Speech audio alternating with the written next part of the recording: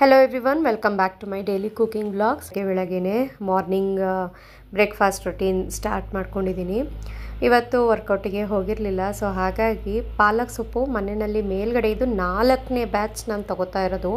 ಒಂದು ಸಲ ಬೀಜ ಹಾಕಿದ್ರೆ ಅದರಲ್ಲಿ ಬುಡ ಸಮೇತ ಏನು ಫಸ್ಟ್ ಟೈಮೇ ಕಿತ್ಕೊಳ್ಳೋಕೆ ಹೋಗಬಾರ್ದು, ಜಸ್ಟ್ ಎಲೆಗಳನ್ನ ತೆಗೆದು ಈ ಸಲ ನಾನು ಬುಡ ಸಮೇತ ಅದು ಅರ್ಧ ಮಾತ್ರ ತೊಗೊಂಡು ಬಂದಿದ್ದೀನಿ. ಇನ್ನೂ ಒಂದು ಸಲ ಸಾಂಬಾರು ಮಾಡ್ಬೋದು, ಅಷ್ಟು ಪಾಲಕ್ ಸೊಪ್ಪಿದೆ ಮನೆಯಲ್ಲಿ.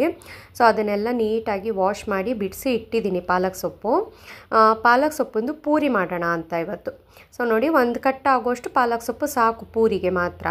ಇಲ್ಲಿ ಒಂದು ಸಣ್ಣ ಲೋಟ ಆಗೋಷ್ಟು ನೀರನ್ನು ಬಿಸಿಗಿಟ್ಟು, ನೀರು ಚೆನ್ನಾಗಿ ಬಿಸಿ ಆದ ನಂತರ ಈ ತೊಳೆದಿರೋ ಅಂಥ ಪಾಲಕ್ ಸೊಪ್ಪನ್ನು ಇದಕ್ಕೆ ಹಾಕ್ತಾಯಿದ್ದೀನಿ. ಇದನ್ನು ರುಬ್ಕೊಳ್ಳೋದ್ರಿಂದ ಏನು ಕಟ್ ಮಾಡೋ ಅವಶ್ಯಕತೆ ಇಲ್ಲ. ತುಂಬ ದೊಡ್ಡದಿದೆ ಎಲೆ, ಪಾತ್ರೆಯಲ್ಲಿ ಈ ರೀತಿ ನಮಗೆ ಸೌಟ್ ಹಾಕಿ ತಿರುಗ್ಸೋಕ್ಕೆ ಆಗಲ್ಲ ಅನ್ನೋದಾದರೆ ಮಾತ್ರ ಸ್ವಲ್ಪ ದಪ್ಪದಾಗಿ ಕಟ್ ಮಾಡ್ಕೊಳ್ಳಿ. ಅದರ್ವೈಸ್ ಇದೇ ರೀತಿ ಸೊಪ್ಪು ಮತ್ತು ಕಡ್ಡಿ ಎಲ್ಲನೂ ಹಾಕಬೇಕು ಇದಕ್ಕೆ. ಒಂದು 2 ನಿಮಿಷ ಸಾಕು. ಪಾಲಕ್ ಸೊಪ್ಪು ಇಷ್ಟೊಂದು ಇದ್ದಿದ್ದು ಇಷ್ಟೇ ಆಗಿಬಿಡುತ್ತೆ. ನೋಡಿ ಎಷ್ಟೇ ಆಗೋಯ್ತು, ಪಾಲಕ್ ಸೊಪ್ಪೆಲ್ಲ ಶ್ರಿಂಕ್ ಆಗಿಬಿಡುತ್ತೆ. ಚೆನ್ನಾಗಿ ಬೇಯಿಸ್ಕೋಬೇಕು, ಒಂದು 5 ನಿಮಿಷದ ತನಕ ಚೆನ್ನಾಗಿ ಬೇಯಿಸ್ಕೋಬೇಕು ಇದು. ಇಲ್ಲಾಂದರೆ ಸ್ವಲ್ಪ ಹಸಿ ವಾಸನೆ ಹಾಗೆ ಇದ್ಬಿಡುತ್ತೆ. ನೋಡಿ, ಸೊಪ್ಪಿನಲ್ಲಿರೋವಂಥ ನೀರಿನ ಅಂಶನೂ ಎಲ್ಲ ಬಿಟ್ಕೊಂಡು ಸ್ವಲ್ಪ ಜಾಸ್ತಿ ಆಯಿತು. ಇವಾಗ ಒಂದು 2 ನಿಮಿಷ ಚೆನ್ನಾಗಿ ಕುದಿಸಿದ ನಂತರ ನಾನು ಸ್ಟವ್ನ ಆಫ್ ಮಾಡಿದ್ದೀನಿ. ಅದು ಸ್ವಲ್ಪ ತಣ್ಣಗಾಗಲಿ. ಇವಾಗ ಪೂರಿ ಅಂತ ಹೇಳಿದ್ದೆ ಅಲ್ವಾ, ಪೂರಿಗೆ ನಾನಿಲ್ಲಿ ಗೋಧಿ ಹಿಟ್ಟನ್ನು ತೊಗೋತಾ ಇದ್ದೀನಿ. ಸುಮಾರು ಒಂದು 3 ಕಪ್ ಆಗುವಷ್ಟು ಗೋಧಿ ಹಿಟ್ಟು. ಇದಕ್ಕೆ ರುಚಿಗೆ ತಕ್ಕಷ್ಟು ಉಪ್ಪನ್ನು ಹಾಕ್ತಾ ಇದ್ದೀನಿ. ಇವಾಗ ಈ ಸೊಪ್ಪನ್ನು ಏನು ಬೇಯಿಸಿಟ್ಕೊಂಡಿದ್ನಲ್ಲ, ಅದು ಸ್ವಲ್ಪ ಬೆಚ್ಚಗಾದ ನಂತರ ಇದಕ್ಕೆ ಮಿಕ್ಸಿ ಜಾರ್ಗೆ ಸೇರಿಸ್ತಾ ಇದ್ದೀನಿ. ಕಡ್ಡಿ ಸಮೇತನೇ ಹಾಕೋತಾ ಇದ್ದೀನಿ. ಸ್ವಲ್ಪ ಮಾತ್ರ ಬೇಯಿಸಿರೋವಂಥ ನೀರನ್ನೇ ಹಾಕ್ಬಿಟ್ಟು ನುಣ್ಣಕ್ಕೆ ಈ ರೀತಿ ರುಬ್ಬಿ ಬರಬೇಕು. ಕಲರ್ ಮಾತ್ರ ಸಕ್ಕತ್ತಾಗಿದೆ. ಕೆಲವೊಬ್ಬರು ಈ ರೀತಿ ಗ್ರೀನ್ ಕಲರಾಗಿ ಬರಲ್ಲ, ಇದನ್ನು ಬಿಸಿ ಆದಮೇಲೆ ತಕ್ಷಣ ತಣ್ಣೀರು ನೀರಿಗೆ ಹಾಕಬೇಕು ಅಂತೆಲ್ಲ ಹೇಳ್ತಾರೆ. ಆ ರೀತಿಯೆಲ್ಲ ಏನು ನಾನು ಮಾಡಿಲ್ಲ, ಹಾಗೇ ಬಿಟ್ಟಿದೆ. ಕಲರಂತೂ ಅದ್ಭುತವಾಗಿ ಬಂದಿದೆ. ಇದರಲ್ಲಿ ಪಾಲಕ್ ಪನ್ನೀರ್ ಮಾಡಿದ್ರಂತೂ ಸಕ್ಕತ್ತಾಗಿರುತ್ತೆ. ಆದರೆ ಪಾಲಕ್ ಪನ್ನೀರ್ ಮಾಡೋ ಅಷ್ಟು ಪಾಲಕ್ ಸೊಪ್ಪು ಇರಲಿಲ್ಲ. ಹಾಗಾಗಿ ನಾನು ಇದನ್ನು ಪಾಲಕ್ ಪೂರಿ ಮಾಡೋಣ ಅಂತ ಅಂದ್ಬಿಟ್ಟು ಇಲ್ಲಿ ಪೂರಿಗೆ ಈ ನುಣ್ಣಕ್ಕೆ ರುಬ್ಕೊಂಡಿದ್ದಂಥ ಪಾಲಕ್ ಪ್ಯೂರೆನ ಸೇರಿಸಿದ್ದೀನಿ. ಈ ಬೇಯಿಸ್ಕೊಂಡಿರೋಂಥ ನೀರನ್ನು ವೇಸ್ಟ್ ಮಾಡಬಾರ್ದು. ಅದನ್ನು ಸಹ ಮಿಕ್ಸಿ ಜಾರಿಗೆ ಹಾಕಿ ಇಟ್ಕೊಂಡಿದ್ದೀನಿ. ಆ ಪೇಸ್ಟ್ ಏನಿದೆಯಲ್ಲ ಅದನ್ನು ಚೆನ್ನಾಗಿ ವಾಶ್ ಮಾಡಿಬಿಟ್ಟು ಈ ಪೂರಿ ಹಿಟ್ಟಿಗೆ ಹಾಕೋಣ ಅಂತ. ಮೊದಲಿಗೆ ನೀರೇನು ಹಾಕದೇನೆ ಹಾಗೇ ಮಿಕ್ಸ್ ಮಾಡ್ಕೊಳ್ಳಿ. ಕೆಲವೊಮ್ಮೆ ಜಾಸ್ತಿ ಅನಿಸ್ಬಿಡುತ್ತೆ ನಮಗೆ, ತುಂಬ ತೆಳು ಆಗಿಬಿಟ್ರೆ ಪೂರಿ ಅಂತೂ ಚೆನ್ನಾಗೇ ಬರಲ್ಲ. ಆವಾಗ ಮತ್ತೆ ಹಿಟ್ಟು ಹಾಕ್ಕೊಂಡು ನಾವು ಎಕ್ಸ್ಟ್ರಾ ಮಾಡ್ಕೋಬೇಕಾಗತ್ತೆ. ಸೊ ಅದ್ರ ಬದಲು ಸ್ವಲ್ಪ ಈ ಪೇಸ್ಟಿಗೆ ಸ್ವಲ್ಪ ಪ್ರಮಾಣದಲ್ಲಿನೇ ನೀರನ್ನು ಹಾಕಿ ಮಿಕ್ಸಿ ಜಾರಿಗೆ ಸ್ವಲ್ಪನೇ ನೀರನ್ನು ಹಾಕ್ಕೊಂಡು ಆ ನೀರನ್ನೇ ಇದಕ್ಕೆ ಸ್ವಲ್ಪನೇ ಹಾಕ್ಕೊಂಡು ಚೆನ್ನಾಗಿ ಗಟ್ಟಿಯಾಗಿ ಕಲಿಸ್ಬೇಕು. ಗಟ್ಟಿಯಾಗಿ ಕಲಿಸ್ಲಿಲ್ಲ ಅಂದರೆ ಪೂರಿ ಎಣ್ಣೆ ಹೀರುತ್ತೆ. ಎಣ್ಣೆ ಹೀರಬಾರ್ದು ಪೂರಿ. ನಮಗೆ ಕೆಲವೊಬ್ಬರು ಅಂತಾರೆ, ಅಯ್ಯೋ 2 ಪೂರಿ ತಿಂದ್ರೇ ಒಂಥರ ಮುಖಕ್ಕೆ ಹೊಡೆದಂಗೆ ಆಗ್ಬಿಡುತ್ತೆ, ತಿನ್ನೋಕ್ಕೆ ಆಗಲ್ಲ ಪೂರಿ ಅಂತ ಅಂತಾರೆ. ಆವಾಗ ಅದು ಎಣ್ಣೆ ಹಿಡಿದಿದೆ ಅಂತ ಅರ್ಥ. ಈ ರೀತಿ ಗಟ್ಟಿಯಾಗಿ ಕಲಿಸ್ಕೋಬೇಕು, ಸಖತ್ ಗಟ್ಟಿ ಇರಬೇಕು ಮಾತ್ರ. ಚಪಾತಿ ಥರ ಸ್ವಲ್ಪನೂ ಸಾಫ್ಟ್ ಇರಬಾರ್ದು ಹಿಟ್ಟು.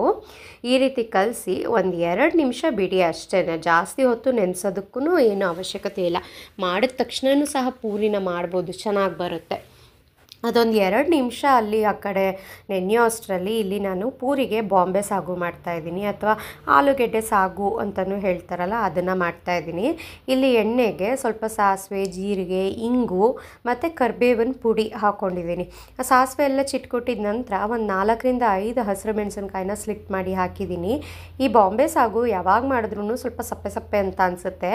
ಹಾಗಾಗಿ ನಾನಿವತ್ತು ಖಾರ ಸ್ವಲ್ಪ ಜಾಸ್ತಿ ಹಾಕಿದ್ದೀನಿ. ಖಾರ ಇದ್ದಷ್ಟು ಚೆನ್ನಾಗಿರುತ್ತೆ ಟೇಸ್ಟು ಅಂತ. ಇದಕ್ಕೆ ಒಂದು 2 ಈರುಳ್ಳಿ ಉದ್ದಕ್ಕೆ ಸ್ಲೈಸ್ ಮಾಡಿ ಹಾಕಿ, ಒಂದು ಅರ್ಧ ಚಮಚ ಅರಿಶಿನ ಪುಡಿ ಹಾಕಿ, ಈರುಳ್ಳಿ ಸ್ವಲ್ಪ ಸಾಫ್ಟ್ ಆದ ನಂತರ ಒಂದು ಟೊಮ್ಯಾಟೊನೂ ಸಹ ಸೇರಿಸ್ತಾ ಇದ್ದೀನಿ. ಇವಾಗ ಇದಕ್ಕೆ ರುಚಿಗೆ ಆಲೂಗೆಡ್ಡೆದು ಕ್ವಾಂಟಿಟಿ ಎಷ್ಟಿದೆ ಅಂತ ನೋಡಿಕೊಂಡು ಇವಾಗಲೇ ರುಚಿಗೆ ಉಪ್ಪನ್ನು ಹಾಕ್ಬಿಡಿ. ನಾನು ಆದಷ್ಟು ಎಲ್ಲದಕ್ಕೂ ಹರಳುಪ್ಪೆ ಯೂಸ್ ಮಾಡೋದು. ತೀರಾ ಮಜ್ಜಿಗೆ ಈ ಥರ ಲಿಕ್ವಿಡ್ ಐಟಮ್ಸ್ ಏನಿರುತ್ತೆ ಅದಕ್ಕೆ ಮಾತ್ರ ಪುಡಿ ಉಪ್ಪನ್ನು ಯೂಸ್ ಮಾಡ್ತೀನಿ. 1 ಸ್ಪೂನ್ ಆಗೋಷ್ಟು ಹರಳುಪ್ಪನ್ನು ಹಾಕಿ ಟೊಮೆಟೊ ಎಲ್ಲ ಸಾಫ್ಟ್ ಆಗೋವರೆಗೆ ಚೆನ್ನಾಗಿ ಫ್ರೈ ಮಾಡಬೇಕು. ಟೊಮೆಟೊ ಸಾಫ್ಟ್ ಆದ ನಂತರ 3 ಮೀಡಿಯಮ್ ಸೈಜ್ ಆಲೂಗೆಡ್ಡೆನ ಬೇಯಿಸಿ ಸಿಪ್ಪೆ ತೆಗೆದು ಮ್ಯಾಶ್ ಮಾಡಿ ಇಟ್ಕೊಂಡಿದ್ದೀನಿ. ಈ ಬೆಂದಿರೋವಂಥ ಆಲೂಗೆಡ್ಡೆ ಪುಡಿನ ಇದಕ್ಕೆ ಸೇರಿಸ್ತಾ ಇದ್ದೀನಿ.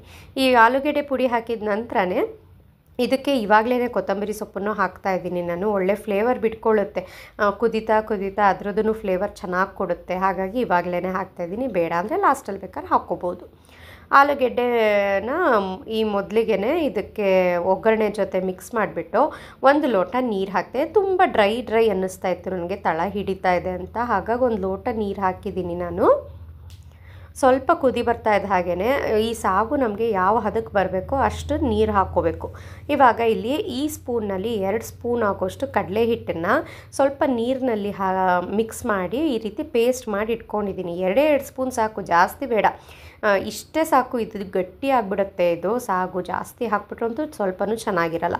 2 ಸ್ಪೂನ್ ಕಡಲೆ ಹಿಟ್ಟಿಗೆ ಒಂದು ಸಣ್ಣ ಲೋಟದಲ್ಲಿ ಅರ್ಧ ಲೋಟ ನೀರನ್ನು ಹಾಕಿ ಗಂಟೇನು ಇಲ್ಲದೆ ಇರೋ ರೀತಿ ಮಿಕ್ಸ್ ಮಾಡಿ ಇಟ್ಕೊಂಡಿರೋ ಮಿಶ್ರಣನ ಇವಾಗ ಇದಕ್ಕೆ ಹಾಕಿ ಜಸ್ಟ್ ಒಂದು ಕುದಿ ಬರೋ ಅಷ್ಟರಲ್ಲೇ ಇದು ಗಟ್ಟಿ ಆಗಿಬಿಡುತ್ತೆ. ನಿಮಗೆ ಗೊತ್ತಾಗುತ್ತೆ ತುಂಬ ಗಟ್ಟಿ ಆಗ್ತಾ ಇದೆಯೋ ತುಂಬ ತೆಳು ಆಗ್ತಾ ಇದೆಯೋ ಅಂತ. ಅವಾಗ ನೀವು ನೀರನ್ನ ಹೆಚ್ಚಿಗೆ ಅಡ್ಜಸ್ಟ್ ಮಾಡ್ಕೋಬೋದು. ಏಕೆಂದರೆ ಬಿಸಿ ಇದ್ದಾಗಲೇ ಇದೊಂದು ಸ್ವಲ್ಪ ಗಟ್ಟಿ ಮಾಡ್ಕೊಬಿಟ್ರೆ ತಣ್ಣಗಾದ್ಮೇಲಂತೂ ಹಲ್ವಾ ಥರ ಆಗಿಬಿಡುತ್ತೆ, ಆ ರೀತಿ ಬಂದುಬಿಡುತ್ತೆ ಇದು. ಸೊ ನೀರನ್ನು ಅಡ್ಜಸ್ಟ್ ಮಾಡಿಕೊಂಡು ಚೆನ್ನಾಗಿ ಕುದಿ ಬರಿಸಬೇಕು. ಚೆನ್ನಾಗಿ ಕುದ್ದಿದೆ ಇವಾಗ ನೋಡಿ, ಈ ಹದದಲ್ಲಿ ಇರಬೇಕು. ಇದು ಸ್ವಲ್ಪ ತಣ್ಣಗಾದ ನಂತರ ಇನ್ನೂ ಸ್ವಲ್ಪ ಗಟ್ಟಿ ಆಗುತ್ತೆ ಅಷ್ಟೇ. ನೀವು ಆರಾಮಾಗಿ ಇದನ್ನು ಲಂಚ್ ಬಾಕ್ಸಿಗೆಲ್ಲ ಪ್ಯಾಕ್ ಮಾಡಿ ಕಳಿಸ್ಬೋದು. ಸೊ ಈ ಹದದಲ್ಲಿ ನಾನಿವಾಗ ಇದನ್ನು ಸ್ವಿಚ್ ಆಫ್ ಮಾಡಿ ಮುಚ್ಚಿ ಇಡ್ತಾ ಇದ್ದೀನಿ. ಸೊ ಆಲೂ ಸಾಗು ಅಂದರೆ ಬಾಂಬೆ ಸಾಗು ಅಂತ ಹೇಳ್ತಾರೆ ಇದನ್ನು. ಬಾಂಬೆ ಸಾಗು ರೆಡಿ ಆಯಿತು. ಇವಾಗ ಇಲ್ಲಿ ಪೂರಿಗೆ ಹಿಟ್ಟನ್ನು ಕಲಸಿದ್ದೆ ಅಲ್ವಾ ನನ್ನ ಮಗನಿಗೆ. ಆಲ್ರೆಡಿ ನಾನು ಪೂರಿ ಮಾಡಿಕೊಟ್ಟು ಅವನ್ನ ಸ್ಕೂಲಿಗೆ ಕಳಿಸಾದ್ಮೇಲೆ ನನಗೆ ಪ್ರದೀಪ್ಗೆ ಇಲ್ಲಿ ನಾನು ವಿಡಿಯೋ ಮಾಡಿ ತೋರಿಸ್ತಾ ಇದ್ದೀನಿ. ಸೊ ಒಂದು ಹಾಫ್ ಆನ್ ಅವರ್ ಆದ್ರೂ ಹಿಟ್ಟು ಎಷ್ಟು ಗಟ್ಟಿ ಇದೆ ನೋಡಿ, ಇಷ್ಟು ರೀತಿ ಗಟ್ಟಿ ಇರಬೇಕು ಹಿಟ್ಟು ಪೂರಿಗೆ. ಆವಾಗಷ್ಟೇ ನಮಗೆ ಪೂರಿ ಉಬ್ಕೊಂಡು ಚೆನ್ನಾಗಿ ಬರೋದು. ಎಣ್ಣೆ ಸ್ವಲ್ಪನೂ ಹೀರೋದಿಲ್ಲ. ಆರಾಮಾಗಿ 3 ತಿನ್ನೋರು 6 ಪೂರಿ ತಿಂತಾರೆ, ಅಷ್ಟು ಚೆನ್ನಾಗಿರುತ್ತೆ ಈ ಥರ ಗಟ್ಟಿಯಾಗಿ ಕಲಿಸಿದ್ರೆ. ಆಮೇಲೆ ಈ ಗೋಧಿ ಹಿಟ್ಟಿಗೆ ಕೆಲವೊಬ್ಬರು ಮೈದಾ ಹಾಕ್ತಾರೆ, ಚಿರೋಟಿ ರವೆ ಹಾಕ್ತಾರೆ. ನಾನಂತೂ ಏನೂ ಹಾಕಲ್ಲ, ಬರೀ ಗೋಧಿ ಹಿಟ್ಟಿನಲ್ಲೇ ಕಲಸಿ ಮಾಡೋದು. ಯಾವುದೇ ರೀತಿ ಬಿಸಿ ನೀರೂ ಸಹ ಹಾಕಿಲ್ಲ ನಾನಿಲ್ಲಿ, ನಾರ್ಮಲ್ ಕೋಲ್ಡ್ ವಾಟರನ್ನೇ ಹಾಕಿರೋದು. ಸಣ್ಣ ಸಣ್ಣ ಉಂಡೆಗಳನ್ನ ಮಾಡಿ ಇಲ್ಲಿ ಲಟ್ಟಿಸ್ತಾ ಇದ್ದೀನಿ. ಲಟ್ಟಿಸೋದಕ್ಕೆ ನಾನು ಎಣ್ಣೆನೇ ಹಾಕಿ ಲಟ್ಟಿಸ್ತಾ ಇದ್ದೀನಿ. ಬೇಕಿದ್ರೆ ನಿಮಗೆ ಈ ಥರ ಅಭ್ಯಾಸ ಇಲ್ಲ ಅಂದರೆ ಹಿಟ್ಟನ್ನೇ, ಗೋಧಿ ಹಿಟ್ಟನ್ನೇ ಹಾಕಿ ನಾವು ಚಪಾತಿ ಯಾವ ರೀತಿ ಲಟ್ಟಿಸ್ತೀವಿ ನೋಡಿ, ಆ ರೀತಿನಾದರೂ ನೀವು ಲಟ್ಟಿಸ್ಕೋಬೋದು. ಸೈಡ್ಸ್ ಎಲ್ಲ ಸ್ವಲ್ಪ ದಪ್ಪ ಇರಲಿ, ತುಂಬ ತೆಳುವಾಗೂ ಮಾಡಬಾರ್ದು, ಪೂರಿ ಉಬ್ಬಿ ಬರಲ್ಲ ಆವಾಗ. ಸೊ ಈ ರೀತಿ ಲಟ್ಸಿಟ್ಕೊಂಡಿರೋದನ್ನು ಪೂರಿನ ಚೆನ್ನಾಗಿ ಎಣ್ಣೆ ಕಾದಿರೋ ಅಂಥ ಎಣ್ಣೆಗೆ ಹಾಕಿ ಜಸ್ಟ್ ಒಂದು 10 ಸೆಕೆಂಡ್ 2 ಕಡೆ ಬಿಡಬೇಕು ಅಷ್ಟೇ. ಜಾಸ್ತಿ ಹೊತ್ತಂತೂ ಬಿಡೋದಕ್ಕೇ ಹೋಗಬಾರ್ದು. 10 ಸೆಕೆಂಡ್ 2 ಕಡೆ ಬಿಟ್ಟು ಚೆನ್ನಾಗಿ ಎಣ್ಣೆ ಎಲ್ಲ ಸ್ಟ್ರೈನ್ ಮಾಡಿ ಡೈರೆಕ್ಟಾಗಿ ಪ್ಲೇಟ್ನಲ್ಲೇ ಇಟ್ಕೊತಾ ಇದ್ದೀನಿ. ಈ ಎಣ್ಣೆದು ಸ್ಟ್ರೈನ್ ಮಾಡೋದು ಇರುತ್ತೆ ನೋಡಿ, ಸಪ್ರೇಟಾಗಿ ಹೋಲ್ಸ್ ಇರೋವಂಥದ್ದು, ಅದಕ್ಕೂ ನಾನು ಹಾಕ್ತಾಯಿಲ್ಲ. ಆವಾಗೆಲ್ಲ ತುಂಬ ಏನಾಗೋಗ್ತಾ ಇತ್ತು, ಫಸ್ಟ್ ಸ್ಟಾರ್ಟಿಂಗ್ ಮಾಡೋಕ್ಕೆ ಬರ್ತಾ ಇರಲಿಲ್ಲಲ್ಲ ಪೂರಿ ಎಲ್ಲ. ಆವಾಗ ಸ್ವಲ್ಪ ತೆಳುವಾಗೇ ಕಲಿಸ್ಕೊಬಿಡ್ತಿದ್ದೆ, ಇಲ್ಲ ಎಣ್ಣೆ ಕಾದಿಲ್ಲದೆ ಇರೋ ಎಣ್ಣೆಗೆ ಹಾಕ್ತಿದ್ದೆ. ಆ ರೀತಿ ಆದಾಗ ಎಣ್ಣೆ ಹೀರ್ದಂಗೆ ಆಗೋದು. ಆಮೇಲೆ ಕೆಳಗಡೆ ತಳದಲ್ಲಿ ಇಟ್ಟಿರ್ತೀವಲ್ಲ ಪೂರಿ, ಅದಂತೂ ಮೇಲ್ಗಡೆ ಹಾಕಿದ ಪೂರಿದು ಎಣ್ಣೆನೆಲ್ಲ ಹೀರಿ ಯಾರು ತಿಂದೇ ಇರೋ ರೀತಿಯಲ್ಲಿ ಎಣ್ಣೆ ಹೀರ್ಕೊಬಿಡೋದು, ಆ ರೀತಿ ಆಗ್ತಾಯಿತ್ತು. ಸೊ ನೆಕ್ಸ್ಟ್ ಮಾಡ್ತಾ ಪ್ರಾಕ್ಟೀಸ್ ಆಗ್ತಾ ಕಲಿತಾ ಈ ಟೆಕ್ನಿಕ್ಸ್ಗಳು ಗೊತ್ತಾಯಿತು. ಸ್ವಲ್ಪ ಎಣ್ಣೆ ಚೆನ್ನಾಗಿ ಬಿಸಿಯಾದ ನಂತರ ಹಾಕಬೇಕು, ಹಿಟ್ಟು ಗಟ್ಟಿಯಾಗಿ ಕಲಿಸ್ಕೋಬೇಕು ಅಂತ. ಸೊ ನೀವು ಇದನ್ನು ಟ್ರೈ ಮಾಡಿ. ಒಂದು ಪೂರಿನೂ ಸಹ ಎಣ್ಣೆ ಹೀರಿರೋದಿಲ್ಲ, ಅಷ್ಟೂ ಚೆನ್ನಾಗಿ ಬರುತ್ತೆ. ಆಮೇಲೆ ಎಷ್ಟು ಚೆನ್ನಾಗಿ ಉಬ್ಬಿದೆ ನೋಡಿ ಪೂರಿ, ಒಂದು ಪೂರಿನೂ ಫ್ಲ್ಯಾಟ್ ಆಗಿಲ್ಲ, ಸಕ್ಕತ್ತಾಗಿ ಬಂದಿದೆ. 10 ಸೆಕೆಂಡ್ ಬೇಯಿಸ್ಬೇಕು ಅಷ್ಟೇ, ಜಾಸ್ತಿ ಹೊತ್ತು ಎಣ್ಣೆ ಒಳಗೆ ಬಿಡೋ ಹಾಗೇ ಇಲ್ಲ. ಚೆನ್ನಾಗಿ ಎಣ್ಣೆ ಕಾದಿರುತ್ತಲ್ಲ, ಬೇಗನೆ ಅದು ಬೆಂದೋಗ್ಬಿಡುತ್ತೆ. ಸೊ ಇವಾಗ ಬಿಸಿ ಪೂರಿ ಬಿಸಿ ಆಗಿರೋವಂಥ ಬಾಂಬೆ ಸಾಗು ಜೊತೆ ಸರ್ವ್ ಮಾಡ್ತಾಯಿದ್ದೀನಿ. ಪೂರಿ ಅಂದರೆ ಯಾರಿಗೆ ತಾನೇ ಇಷ್ಟ ಆಗೋದಿಲ್ಲ ಹೇಳಿ, ಮಕ್ಕಳಿಂದ ಹಿಡಿದು ದೊಡ್ಡೋರ ತನಕನೂ ಪೂರಿ ಅಂದರೆ ಎಲ್ಲರೂ ಇಷ್ಟಪಡ್ತಾರೆ. ಸೊ ವೆರೈಟಿ ಅದರಲ್ಲಿ ಇವತ್ತು ಪಾಲಕ್ ಪೂರಿನ ಮಾಡಿದ್ದೀನಿ, ಜೊತೆಗೆ ಆಲೂ ಬಾಂಬೆ ಸಾಗು. ನೀವೂ ಸಹ ಟ್ರೈ ಮಾಡಿ. ಇದೇ ರೀತಿಯಲ್ಲಿ ಹೆಸರುಬೇಳೆ ಪೂರಿ ಮಾಡ್ಬೋದು, ಬೀಟ್ರೂಟ್ ಪೂರಿ ಮಾಡ್ಬೋದು, ಆಲೂ ಪೂರಿ ಮಾಡ್ಬೋದು, ಆಲೂ ಮಸಾಲ ಪೂರಿ ಸಕ್ಕತ್ತಾಗಿರುತ್ತೆ ಟೇಸ್ಟು. ಸೊ ನೆಕ್ಸ್ಟ್ ಮತ್ತೆ ಇನ್ನೂ ಯಾವ ರೀತಿ ಬ್ರೇಕ್ಫಾಸ್ಟ್ ರೆಸಿಪೀಸ್ ಬೇಕು ಕಮೆಂಟ್ ಮಾಡಿ ತಿಳಿಸಿ. Thank you.